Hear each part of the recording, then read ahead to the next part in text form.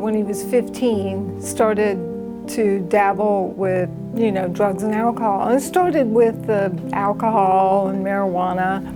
And I didn't really understand why he was using those substances, because we had had that conversation, and I thought, is he trying to fit in? Is he trying to normalize his life? Is it a mental health issue? The letter I wrote to you. My son started using because he wanted to numb thoughts of suicide. And he started to have these thoughts, I think, around middle school. He didn't want to have those thoughts, and he also didn't understand them, and he didn't know how to articulate it at that time. And there wasn't a lot of conversation about it. And I didn't know he was having suicidal thoughts, not really recognizing that the substance misuse was his medication. So, for your safety's sake, don't try this at home. He became addicted to heroin.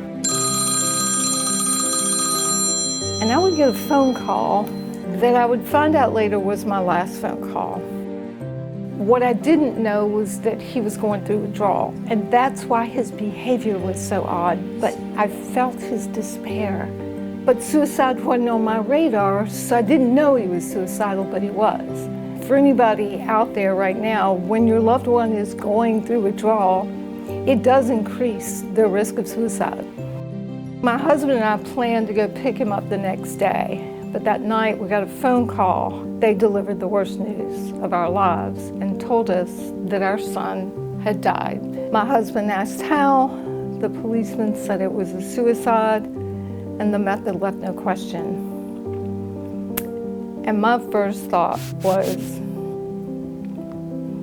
how could I be such an awful mother that my child would leave me this way?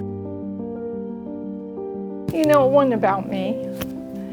My son struggled with unimaginable pain, because nobody wants suicidal thoughts. Nobody chooses to be suicidal.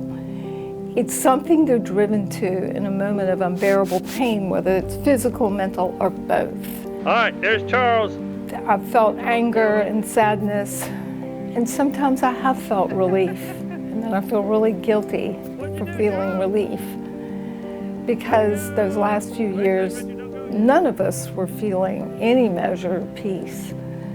I wish I had known how much higher risk those with substance use disorder had to suicide, and I didn't know until he died by suicide.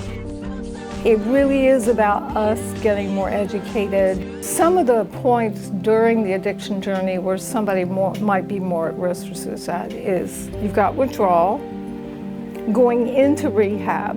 When they come out, that 30 days after they come out is a time of high risk.